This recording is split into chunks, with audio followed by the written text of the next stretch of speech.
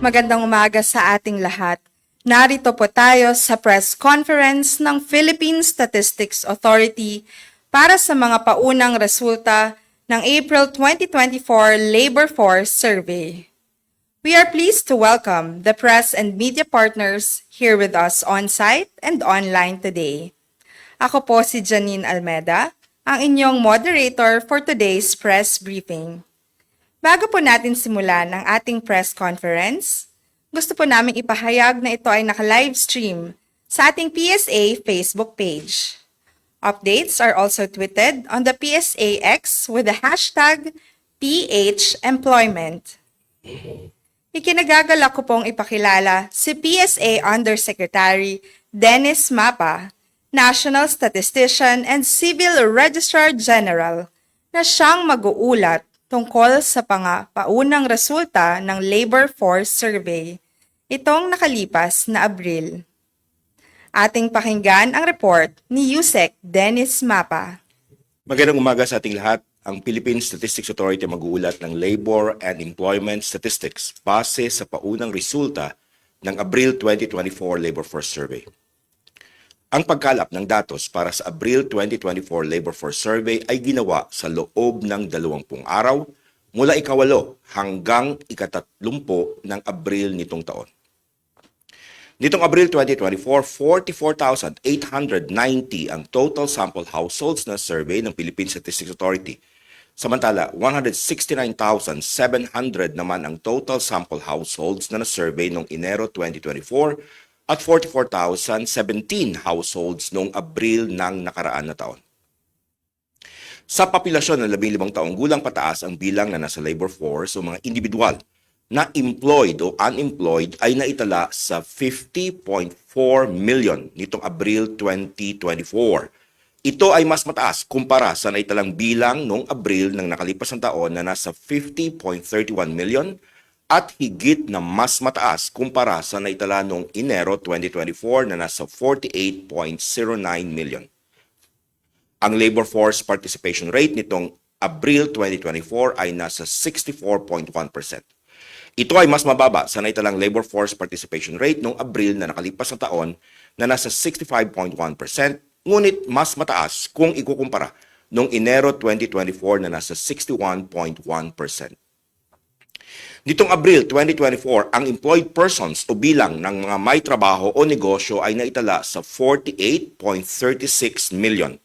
Ito ay mas mataas ng 297,000 kaysa sa naitala noong Abril 2023 na nasa 48.06 million at higit na mas mataas din kung ikukumpara sa bilang noong Enero 2024 na nasa 45.94 million. Ang employment rate nitong Abril 2024 ay nasa 96%. Ito ay tinatayang mas mataas kaysa sa naiulat noong Abril 2023 at Enero 2024 na parehong nasa 95.5%. Ang unemployed persons o bilang na nasa labor force na walang trabaho o negosyo nitong Abril 2024 ay nasa 2.04 million.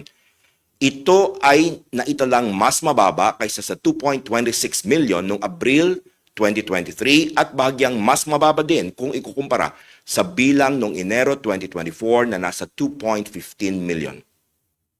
Ang unemployment rate nitong Abril ay nasa 4.0% o 40 sa bawat 1,000 na individual na nasa labor force ang walang trabaho o negosyo. Ito ay mas mababa kumpara sa naitala noong Abril 2023 at Enero 2024 na parehong nasa 4.5%. Ang bilang naman ng underemployed nitong Abril 2024 ay tinatayang nasa 7.04 million. Ito ay mas mataas ng 833,000 kumpara sa naitalang bilang ng underemployed noong Abril 2023. Makikita ring mas mataas ito ng 643,000 kumpara sa bilang ng underemployed noong Enero 2024. Ang underemployment rate nitong Abril 2024 ay tinatayang nasa 14.6%. Ito ay mas mataas kumpara sa nai-report noong Abril 2023 na nasa 12.9% at mas mataas din kumpara noong Enero 2024 na nasa 13.9%. Kung atin namang susuriin ang mga datos ayon sa kasarian, sa buwan ng Abril 2024, ang labor force participation rate ng mga kalalakihan ay nasa 75%. Ito ay nananatiling mas mataas kumpara sa labor force participation rate ng mga kababaihan na nasa 53.2%. Nitong Abril 2024, ang employment rate ng mga kalalakihan ay naitala sa 95.8% at makikitang mas mababa kumpara sa mga kababaihan na naitala sa 96.1%. Samantala, 4.2% o 42 sa kada 1,000 kalalakihan na nasa labor force ang walang trabaho o negosyo nitong Abril 2024. Ito ay mas mataas kumpara sa naitalang unemployment rate ng mga kababaihan na nasa 3.9%. Sa mga employed na kalalakihan nitong Abril 2024, 16% sa kanila ay underemployed. Higit na mas mataas ito kumpara sa underemployment rate ng mga kababaihan na nasa 12.5% lamang. Kung atin namang susuriin ang mga datos sa mga reyon sa Pilipinas, nitong Abril 2024, ang Bangsamoro Autonomous Region in Muslim Mindanao ang nakapagtala ng may pinakamataas na labor force participation rate na nasa 71.2%. Sa kabilang banda, ang Region 9 o Zamboanga Peninsula ang may pinakamababang labor force participation rate na nasa 59.6%. Nitong Abril 2024, makikitang ang Cordillera Administrative Region at Mimaropa ang nagkaroon ng pagbaba sa labor force participation rate kung ikukumpara sa naitala noong Enero 2024. Sa usapin naman ng employment rate, ang Region 9 ang nakapagtala ng may pinakamataas na employment rate na nasa 97.7%, habang ang Region 5 o Bicol Region ang may pinakamababang employment rate na nasa 94.6% nitong Abril 2024. Kumpara noong Enero 2024, 10 riyon ang nakapagtala ng pagtaas sa employment rate nitong Abril 2024. Ito ay ang National Capital Region, Ilocos Region, Central Luzon, Calabarzon, Mimaropa, Bicol Region, Central Visayas, Eastern Visayas, Zamboanga Peninsula at Caraga Region. Kung susuriin naman ang unemployment rate sa mga riyon sa bansa, ang Region 5 o Bicol Region ang nakapagtala ng may pinakamataas na unemployment rate na nasa 5.4%. Samantala, ang Region 9 o Zamboanga Peninsula ang nakapagtala ng may pinakamababang unemployment rate na nasa 2.3% nitong Abril 2024. Nitong Abril 2024, 5 riyon ang nakapagtala ng unemployment rate na mas mataas kaysa sa national average na nasa 4.0%. Ito ay ang National Capital Region, Calabarzon, Mimaropa, Region 5 at Region 10. Sa buwan ng Abril 2024, ang SOC-Sargen ang nakapagtala ng may pinakamataas na underemployment rate na nasa 32.2%, habang ang National Capital Region naman ang may pinakamababang underemployment rate na nasa 5.7%. Kumpara noong Enero 2024, mapapansin nitong Abril 2024 ang pagbaba ng underemployment rate sa 8 riyon. Ito ay ang National Capital Region, Cordillera Administrative Region, Region 1, Region 6, Region 7, Region 8, Region 11, at Bangsamoro Autonomous Region in Muslim Mindanao. Kung ang datos ng pangunahing sektor naman ang ating titingnan nitong Abril 2024, ang services sector pa rin ang nanatiling bumubuo sa may pinakamalaking bahagi ng labor force na may 61.4% share. Kasunod nito ang agriculture sector na may 20.3% share, habang ang industry sector naman ay may 18.3% share. Kung ikukumpara ang mga estimates ng mga subsectors noong Abril 2024 sa Abril 2023, ang mga subsectors na may pinakamalaking pagtaas sa bilang ng may trabaho o negosyo ay ang mga sumusunod. Accommodation and food service activities may dagdag na 638,000. Construction may dagdag na 378,000. Transportation and storage may dagdag na 289,000. Manufacturing may dagdag na 285,000 at other service activities kasama ang repair of computers, personal and household goods, laundry services, domestic services, funeral-related services, at other personal services kasama ang wellness na may dagdag na 200,000. Sa kabilang banda, ang mga subsectors na may pinakamalaking pagbaba sa bilang ng may trabaho o negosyo kung ikukumpara ang Abril 2024 sa Abril 2023 ay ang mga sumusunod. Agriculture and Forestry may bawas na 818,000 at wholesale and retail trade, repair of motor vehicles and motorcycles na may bawas na 587,000. Kung ikukumpara naman ang mga estimates ng mga subsectors nitong Abril 2024 sa Enero 2024, ang mga subsectors na may pinakamalaking pagtaas sa bilang ng may trabaho o negosyo ay ang mga sumusunod. Wholesale and retail trade, repair of motor vehicles and motorcycles na may dagdag na 1.09 million.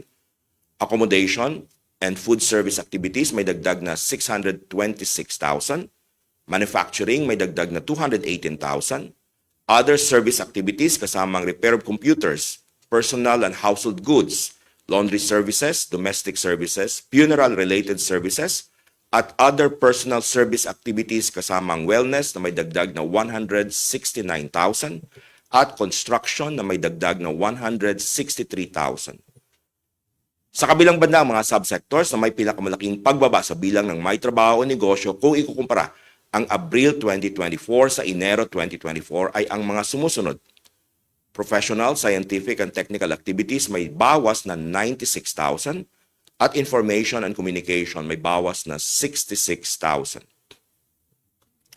Tinatayang nasa 32.6% sa mga employed na nagtatrabaho o nagninegosyo ang hindi aabot sa 40 hours sa isang linggo noong Abril 2024, habang 44.2% naman ito noong Abril 2023 at 27.8% noong Enero 2024. Samantala, bumaba sa 66.5% ang mga nagtatrabaho ng lagpas 40 hours per week nitong Abril 2024 mula sa 71.8% noong Enero 2024. Ditong Abril 2024 na itala sa 40.5 hours ang average hours work in a week ng mga manggagawa o may negosyo.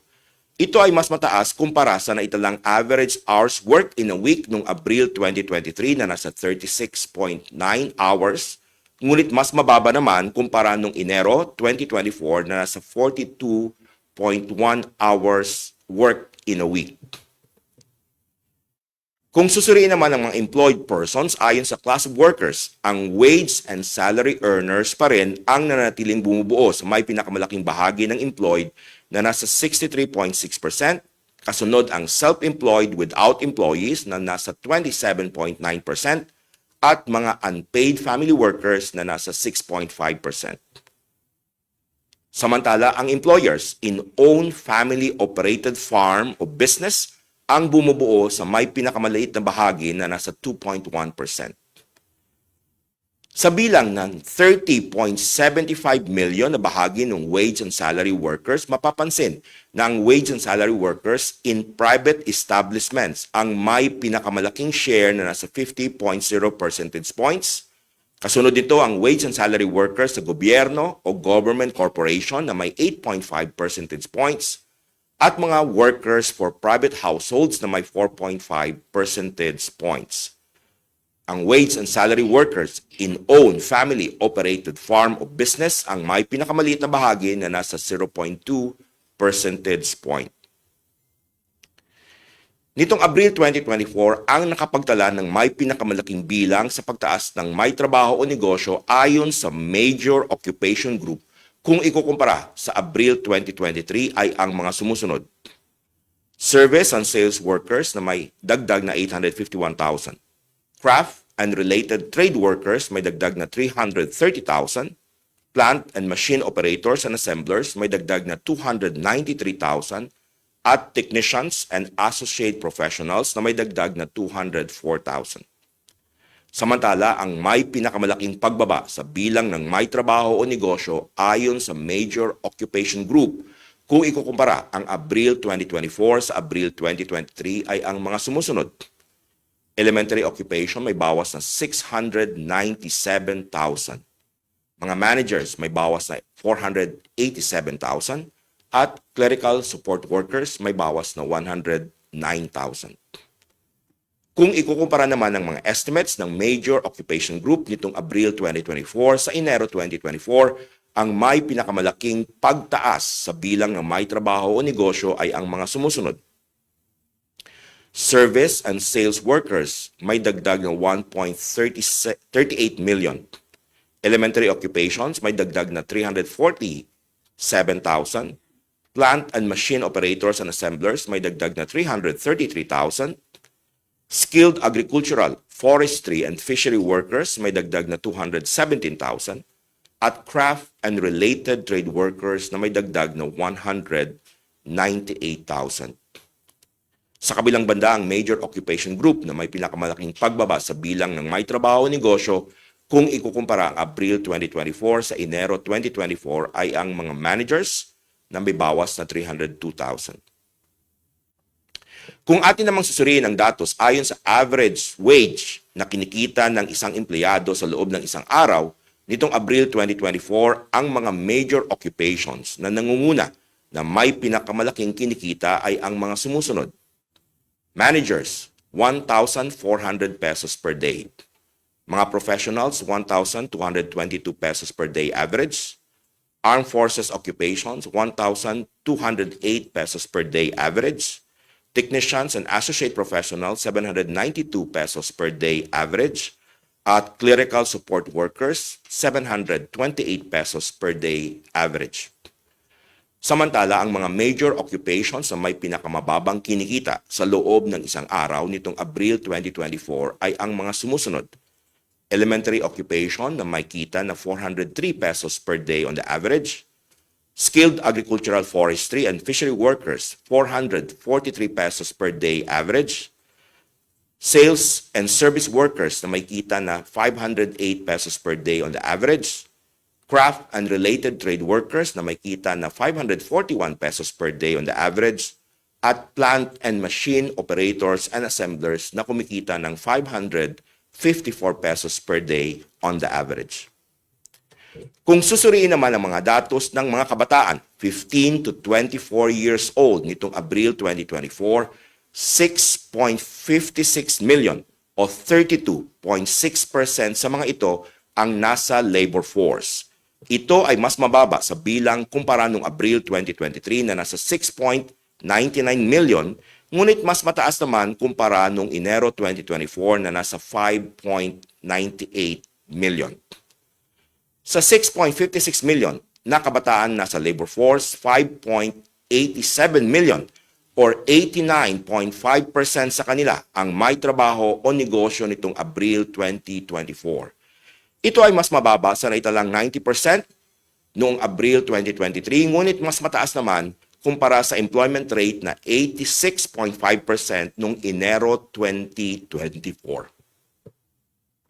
Sa kabilang banda, 688,000 o 10.5% sa mga kabataang 15 hanggang 24 na taong gulang ang walang trabaho o negosyo nitong Abril 2024. Ito ay mas mababa kumpara sa naitalang bilang noong Abril 2023 na nasa 699,000 at higit na mas mababa naman kumpara noong Enero 2024 na may bilang na 805,000.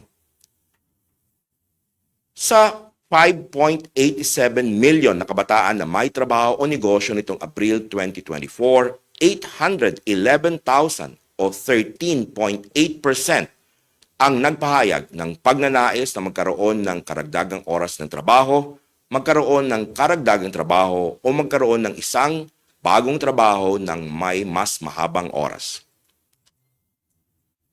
Sa kabilang banda, ang bilang ng mga kabataang hindi nag-aaral, walang trabaho o hindi nagtitraining ay nasa 2.23 million o 11% sa kabuuang bilang ng mga kabataang 15 to 24 years old nitong Abril 2024. Ito ay mas mataas kumpara sa bilang noong Abril 2023 na nasa 2.07 million, ngunit mas mababa naman kumpara noong Enero 2024 na nasa 2.79 million. Dito nagtatapos ang aming pag-uulat sa paunang resulta ng Abril 2024 Labor Force Survey. Ang Philippine Statistics Authority ay malugod na nagpapasalamat sa inyong pakikilahok sa press briefing na ito. Muli magandang araw at mabuhay tayong lahat. Maraming salamat, Undersecretary Mapa, para sa pagbabahagi sa amin ng mga paunang resulta ng April 2024 Labor Force Survey. Ngayon, matapos po natin marinig ang ulat ni Yusek Mapa, narito na po tayo sa bahagi ng ating open forum. Bago po natin simulan ng Q&A, nais po namin ipahayag na ang press kits ay aming ipapadala po via email para sa ating online participants at ipapamigay naman po dito ang press kits para sa media partners na nasa venue. Para sa mga nais pong magtanong, please raise your hand to be recognized. And for those online, pakigamit po ang raise hand feature or send your questions via our chat box. Kapag kayo po ay natawag upang magtanong, please state your name and organization. Ngayon, handa na po tayo. Yes, Ms. Shaila?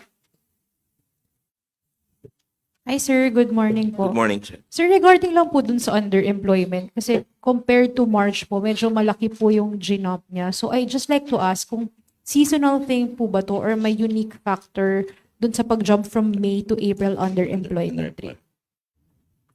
Okay, thank you very much. Yung tama ka, no, ang datos natin ay tumaas yung underemployment at lumaki kasi yung underemployment natin sa certain subsectors, no. Ganun naman palagi, may mga subsectors sa ating economy na may improvement in terms of employment, and may mga iba naman na bumababa, ano. So let's go to sectors contributing to underemployment.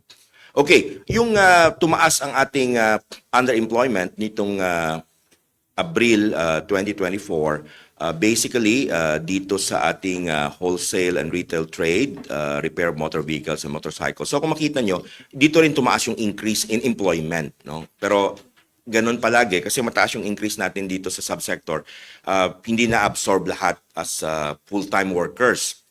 So dito substantial ang ating in-increase in terms of number, 149,000 for this sector, wholesale and retail trade, repair of motor vehicles and motorcycles. Ang pinanggagalingan nila na specific areas, una yung retail sale in non-specialized stores, with food, beverages, and tobacco predominating, may mga 97,000 tayo. Tapos retail sale via mail, internet, telephone, may dagdag tayo na 44,000, underemployment yon sa subsector na ito. Saka retail sale via stalls and markets of other goods, may dagdag din tayo na 27,000. Ang pangalawa na medyo substantial ang tinaas sa underemployment rate ay galing sa agriculture and forestry nitong Abril 2024, mga 132,000 sa kanila, at ang karamihan sa kanila ay galing sa coconut subsectors, growing of coconut, including copra making, tuba gathering, cocoa shell, charcoal making in the farm, 94,000. At yung growing of other vegetables, tubers, 36,000. At raising of cattle, 21,000. At pangatlo, para lang makumpleto yung tatlong malalaking sub-sectors, yung accommodation and food service activities, tumaas ang ating, nag-contribute ng 116,000 sa underemployment. At ang karamihan dito ay nasa restaurants and mobile food service activities, 91,000.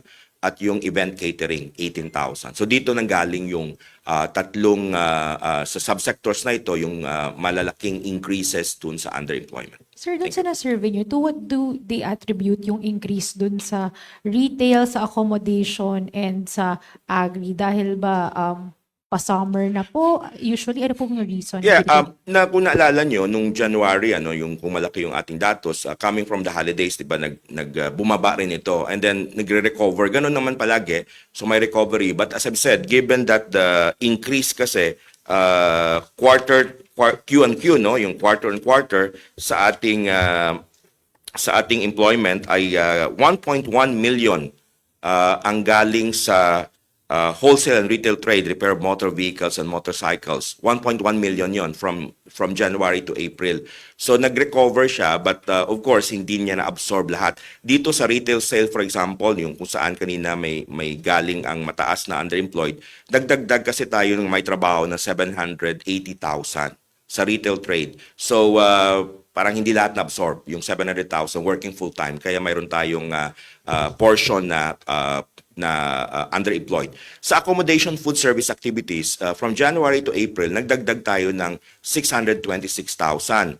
At sa restaurants and mobile food service activities, dito nanggaling 593,000. Again, hindi na-absorb lahat as full-time workers, kaya nag-contribute din ng substantial number of underemployed. Thank you. Yes, Ms. Sky first. Hi, sir. Good morning. Good morning. Sir, yung sa 96% na employment rate, highest since when po yun? Tapos, yung sa increase in employment, kasi medyo significant, malaki talaga.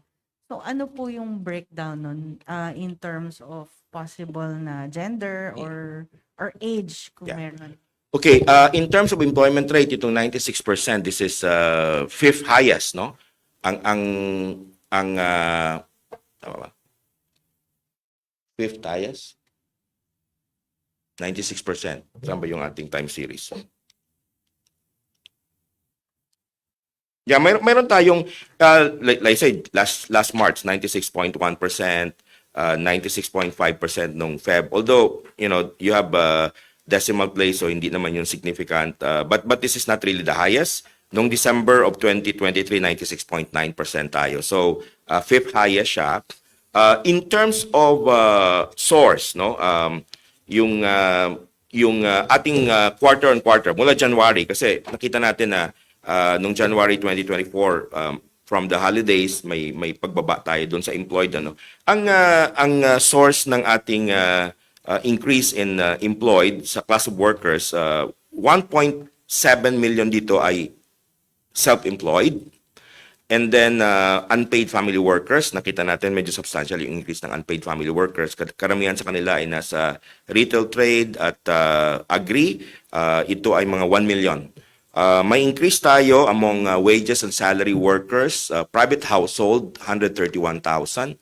At government and GOCCs, nagdagdag din ng about 107,000. So ito yung mga sources. In terms of age, meron tayo age and sex. So ang Q&Q, marami female, 1.56 million, and male about 856,000. Karamihan din ay galing sa 15 to 24, about 700,000 sila. 25 to 34, 459,000. At 35 to 44, 444,000. Substantial yung ating yung mga young workers, the 15 to 24 na nag-increase. Kaya tumaas din yung ating number doon sa employed for the 15 to 24 group. Thank you. Thank you, sir. Yes, Ms. Bernadette. Hi, Yusek. Good morning. Good morning. Opo. Sir, ano po yung mga examples nung elementary occupations and saang mga areas po yun? Okay. Thank you for that, ano. Yung una, yung mga elementary occupation, yung one is kasama rito yung sa agriculture. Tapos hindi kasi mayroon tayong skilled workers, ano, sa agriculture, pero sila may group tayo na elementary occupation, yung sa domestic work, kasi mayroon tayong private households, no? So kasama sila. So domestic cleaners and helpers, part sila ng elementary occupation. So quarter on quarter, nagdagdag itong elementary occupation ng 347,000 at domestic cleaners and helpers 104,000, building construction laborers 92,000, saka yung shelf fillers sa mga retail shops 227,000. Yun nga kasi tumaas yung sa retail trade, so nandun yun yung mga lalagay ng mga goods, no, sa mga shelves natin, so kasama sila under elementary occupation. In fact, mataas dito ang number natin, 227,000. Thank you. Thank you, sir. Okay, next we have a question. Ms. Abigail of Business World. Hello, good morning po. Good morning. We'll just ask, ano po reason kung bakit month-on-month nag-increase po ang unemployment rate? And to just clarify or confirm po, if underemployment rate is highest since the 15.9 in July 2023. Thank you po. Okay, kung yung month-on-month naman sa unemployment rate kasi or even employment rate kasi ano tayo, yung ating March for example, it's 3.9% versus 4%. Normally, itong mga maliliit na incremental increases hindi naman talaga significant ito. And of course, we are aware that yung sample size kasi nung April mas malaki, 44,000 kasi 4 replication compared doon sa March na 11,000. But they are comparable at the national level. But statistically speaking, yung 3.9% versus the 4.0% na unemployment rate, they are not really statistically significant. The second question is, Highest since 15.9. okay, yung underemployment natin ngayon, this is 14.6%. Hindi naman siya talaga highest or lowest, no? Kasi nakalagay dito sa time series, it's 31st lowest. May mga matataas pa tayo dito, 31st lowest in 103 rounds. So, ibig sabihin 103 na data natin. Ang matataas natin ay, well, of course, early. Ito yung April 2005, 25.8%. April 2006, 25.4%. And so on. Siguro hanapin na lang natin when was the last survey kung saan mas mataas ang ating underemployment rate than 14.6. We'll just give it to you in a while. Okay, thank you, sir. Okay, next question, please. Yes, Ms. Kai? Sir, yung sa underemployment, ano ba yung usual skills na... Come again? Ano po yung usual na skills that, na... Well, doon ano kasi yun sa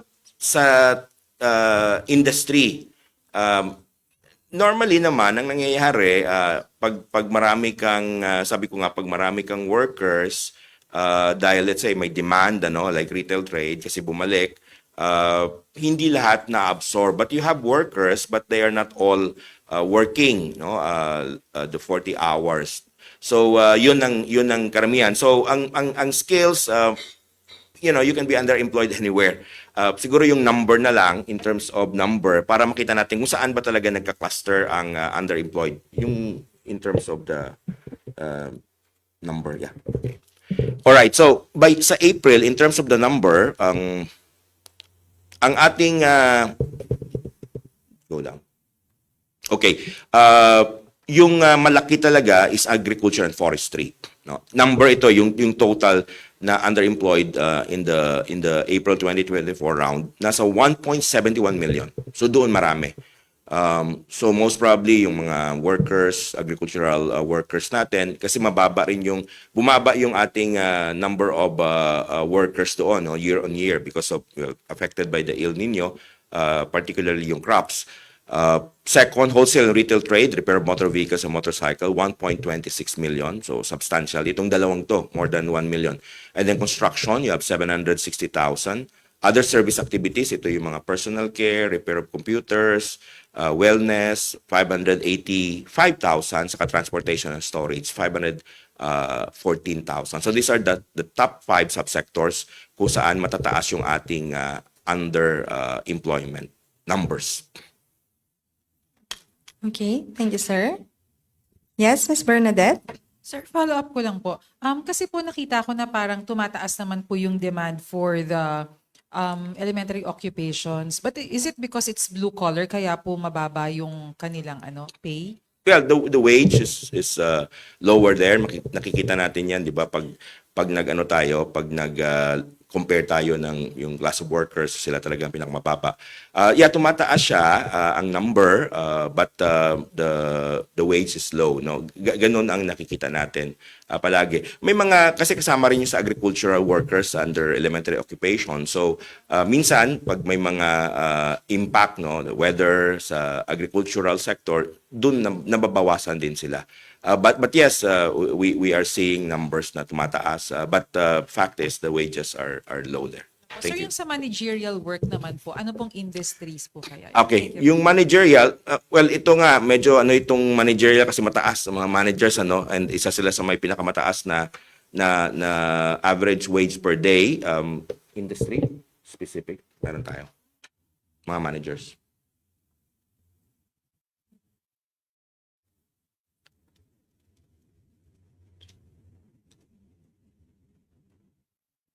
All right.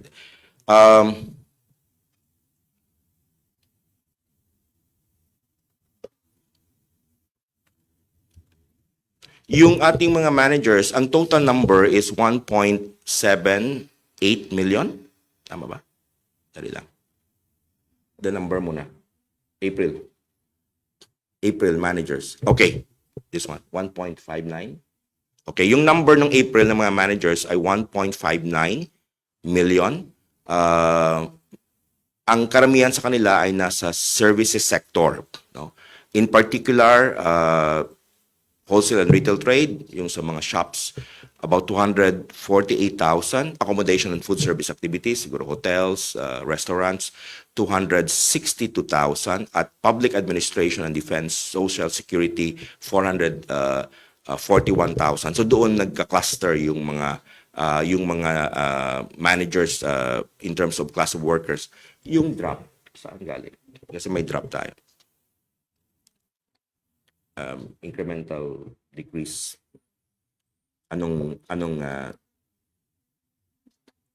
Yeah, quarter on quarter. Ito. Column BK. Managers.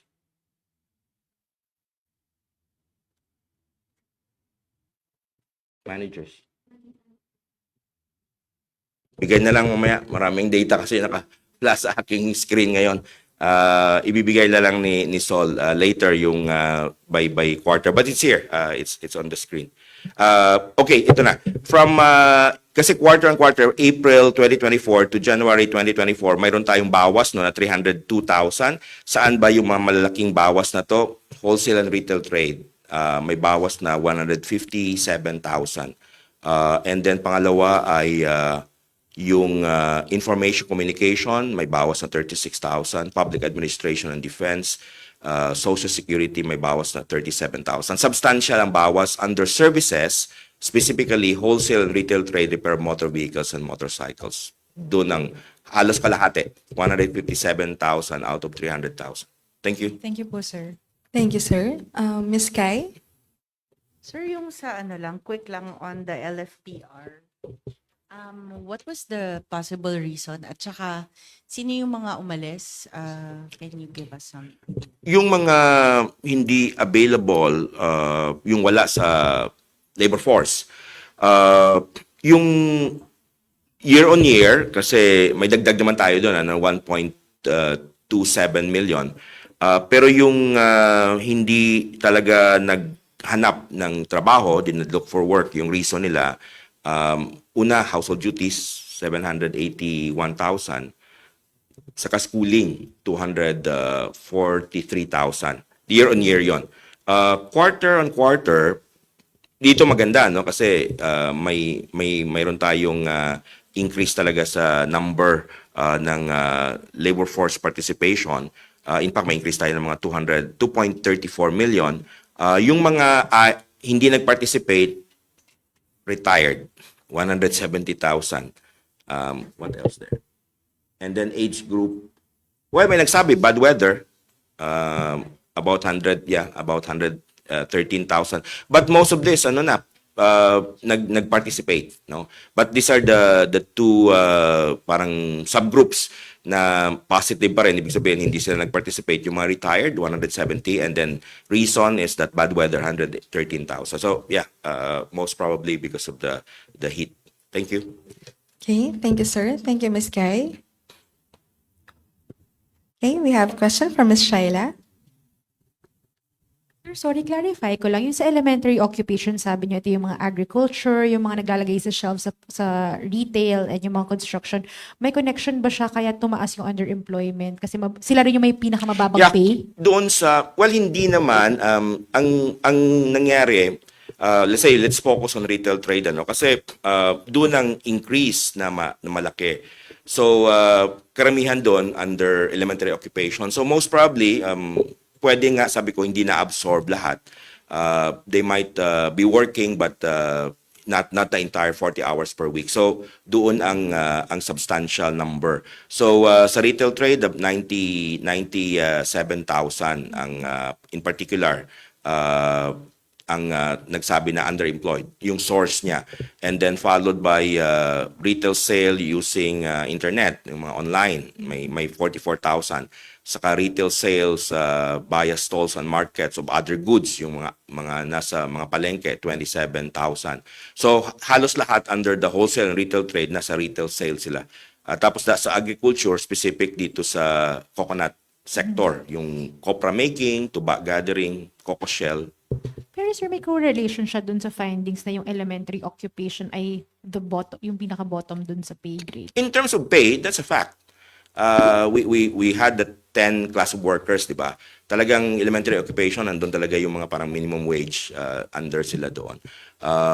So we have the tumataas naman through the years and quarters, but still compared to the others, sila yung lowest average basic pay per day. Okay, thank you, sir. Can we now proceed to questions online? Okay. We'll have first question of Miss Eileen Mencias of Abante. Maaari po bang balikan ang data sa survey respondents? Bakit po mas madami ang household respondents ngayon pero kumonti naman po yung individual respondents? Okay, thank you very much Eileen for that. Yung una kasi ang ating mga pinipili talaga ay housing unit kasi yun yung sa aming master sample. Pero yung sinasama natin dito sa survey natin for the labor force, may age group, yung 15 and above. So pwede naman talaga na ang napili kasi random sample ito across the country. So pwede yung napiling mga households, yung iba mas konti yung members na 15 and above. Kaya bumaba ng konti. But in terms of average, for example, year on year, no, yung April Labor Force Survey, ang sabi sa akin, yung average number of members na 15 and above, 2.8 per household. And April last year, it's 2.96. So there's a slight decrease. So pwede na yung mga napili na sample households randomly, and that happens, may increases, may decreases, but it does not affect the accuracy of our national and regional estimates. It just so happened that randomly, sometimes you pick a household na medyo bigger yung household size niya, and the members that are 15 and above. Thank you. Okay. Next question po from Ted Cordero of GMA News Online. May tuturo po ba sa El Nino ang pagtaas ng unemployed noong Abril? Ang matinding init dulo ng El Nino po ba ay nakabawas sa productivity ng mga sektor kaya't kaunti ang nabigyan ng trabaho nitong nasabing buwan? Okay, thank you very much, Ted.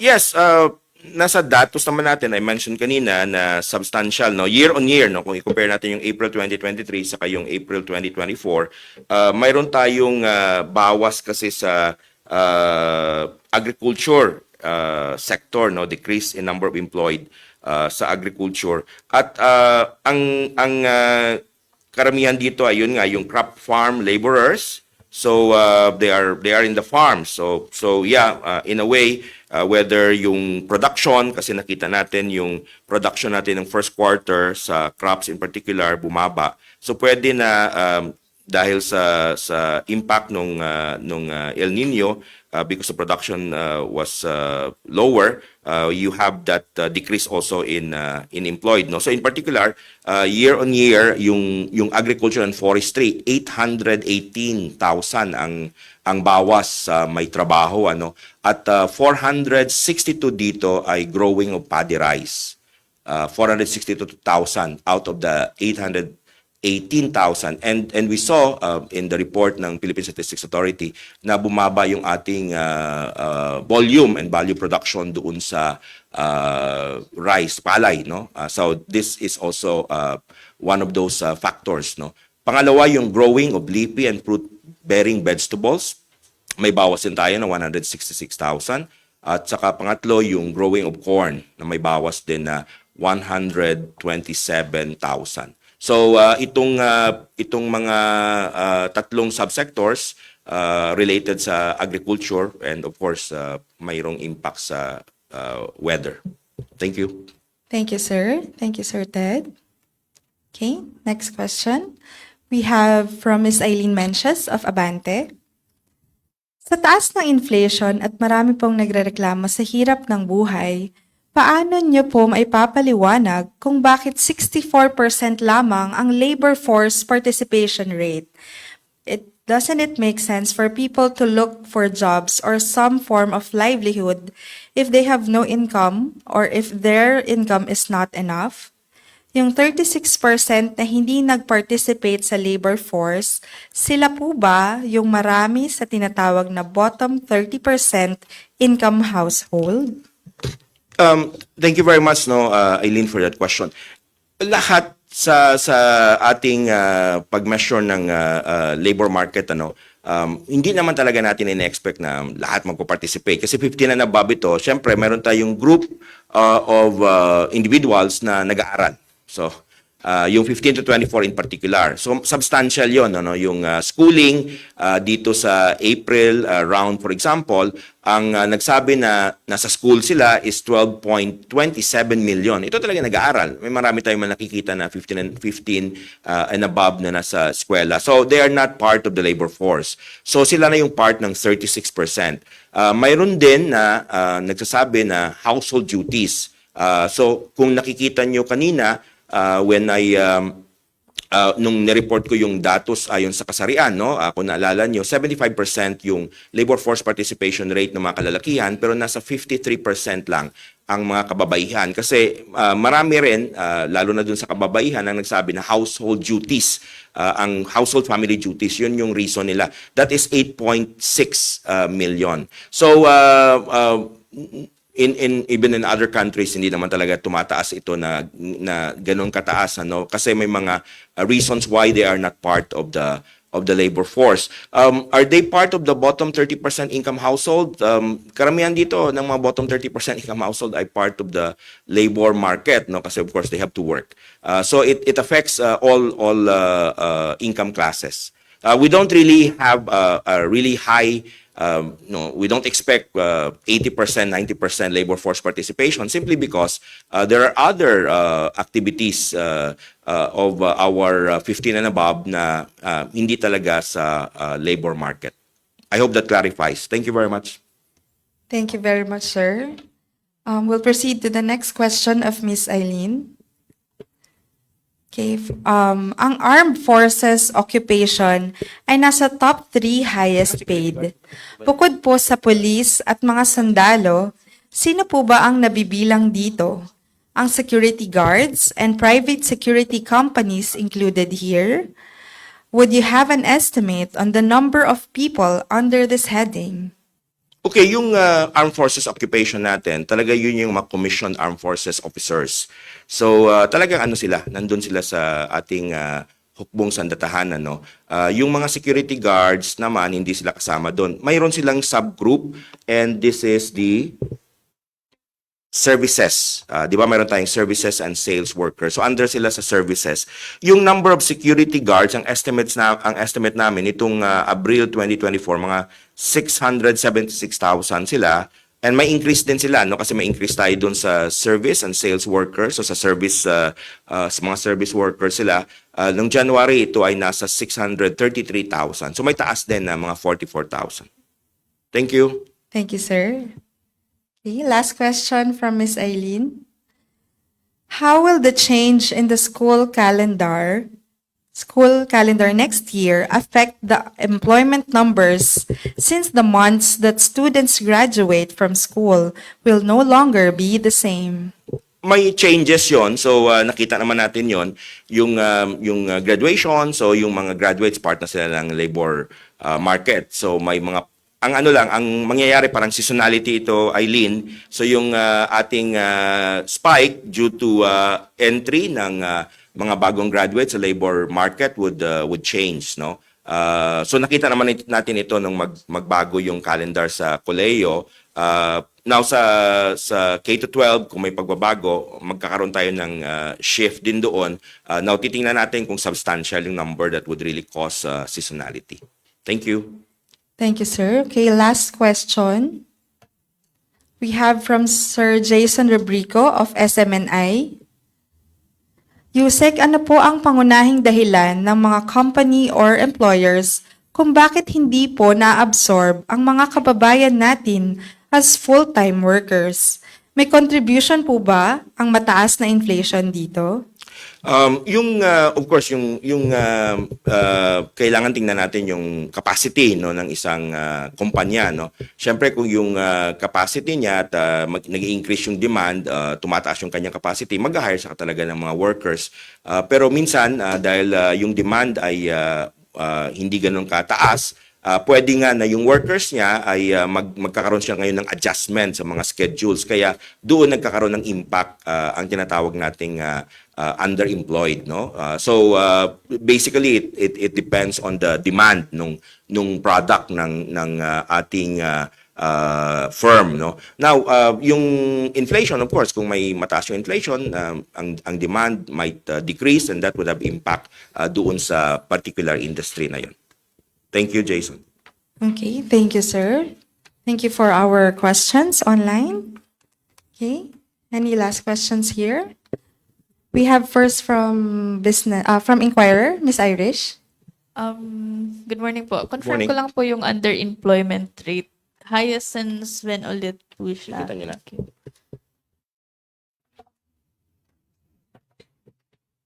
When was the last time na higher than 4 point? 14 point.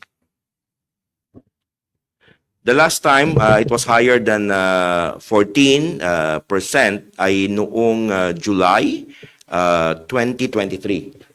The recorded underemployment was 15.9%. Okay, thank you po, sir. Thank you. Okay. Yes, Miss Kai? Sir, ano lang, regarding food processing, is that under agri or Food processing. Food processing is under manufacturing. Yung mga canned sardines, yun, tuna, under manufacturing yun. Sir, tsaka yung sa ano, kasi parang napansin din namin na parang agri jobs have been shedding. So, is that going to continue, especially in May, given na yung El Nino? We will see.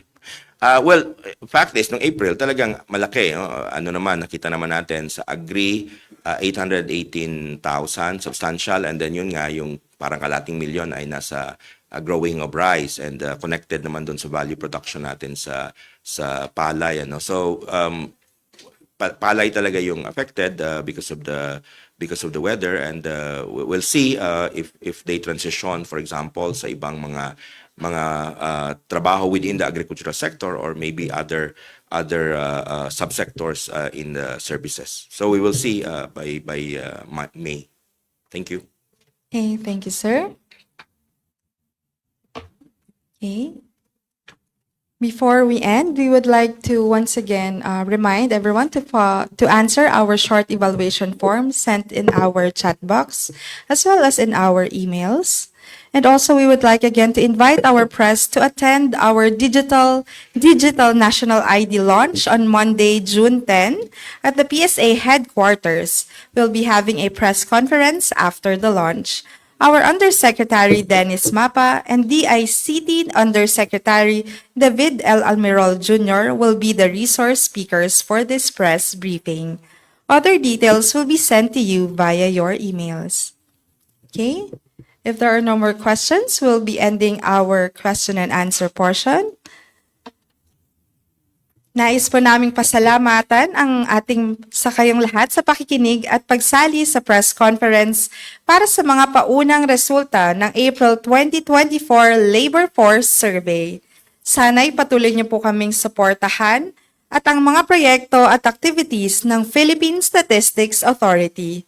You may visit our webpage at www.psa.gov.ph for more updates. Muli, ako po si Janine Almeda ng Philippine Statistics Authority. Maraming salamat at magandang umaga po sa ating lahat.